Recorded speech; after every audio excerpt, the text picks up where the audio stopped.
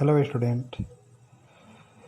साझेदारी के सामान्य सिद्धांत में हमने पिछले वीडियो में ख्याति के विभिन्न विधियों का मूल्यांकन, औसत लाभ विधि, अधिलाभ विधि, पूंजीकरण विधि के माध्यम से किस प्रकार से ख्याति का मूल्यांकन किया जाता है कि प्रश्न के माध्यम से हम गणना करना सीखे। ख्याति का मूल्यांकन में एक विधि है गुप्त ख्याति कि फर्म में कुछ ख्याति भी हैं जो छिपी हुई रहती है। कभी कभी प्रश्न में फर्म की ख्याति का मूल्य स्पष्ट रूप से नहीं दिया होता है। ऐसी दशा में ख्याति पूंजी संरचना के माध्यम से अथवा लाभ विभाजन के अनुपात के आधार पर अंतर्निहित विधि से ज्ञात की जाती है। उसे गुप्त ख्याति या छिपी हुई ख्याति कहते हैं।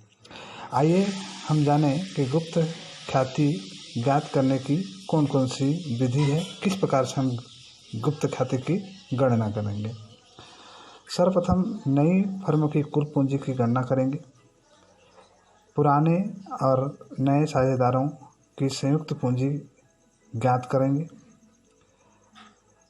फर्म की कुल पूंजी में से संयुक्त पूंजी को घटाकर ख्याति की गणना करेंगे। आइए जो हम विधि देख रहे हैं उसी विधि के माध्यम से एक प्रश्न हल करके देखें कि वास्तव में गुप्त ख्याति की गणना किस प्रकार होता है।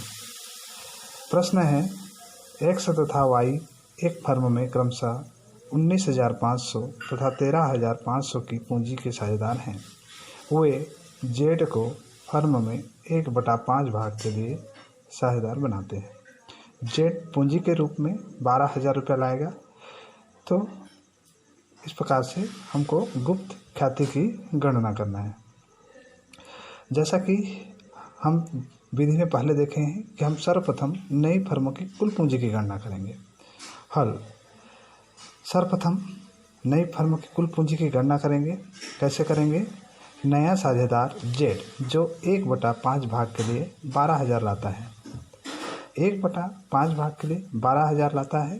तो जो नए साझेदार हैं उनके माध्यम से हम फर्म की कुल भाग के लिए पूंजी ज्ञात करेंगे। तो इस प्रकार से 12 पंचे 60,000 अतः कुल भाग के लिए पूंजी 60,000 लाएगा, अर्थात फर्म की कुल पूंजी 60,000 होगी। अब दूसरा स्टेप में चलें, पुराने और नए साझेदारों की संयुक्त पूंजी ज्ञात करना। पुराने साझेदार और नए साझेदारों की संयुक्त पूंजी ज्ञात करेंगे। पहले हम ओल्ड पार्टनर को देखेंगे। ओल्ड पार्टनर हमारे कौन कौन से हैं? एक्स और वाई। एक्स बराबर कितने पूंजी है? एक्स का 19,500, वाई का 13,500। इस प्रकार से न्यू पार्टनर की पूंजी प्रश्न में हम लोग को मिल जाता है 12,000। अब हम तीनों को मिला के संयुक्त पूंजी की गणना करेंगे। तो 19,500, 13,500 और 12,500 मिला के 45,000 रुपया संयुक्त पूंजी आती है। अब गुप्त ख्याति कैसे गणना करेंगे? तीसरा स्टेप में हम चलें, फर्म की कुल पूंजी में से संयुक्त पूंजी को घटाकर ख्याति की गणना करेंगे। इस प्रकार से गुप्त ख्याति की गणना फर्म की कुल पूंजी माइनस फर्म की संयुक्त पूंजी बराबर गुप्त ख्याति।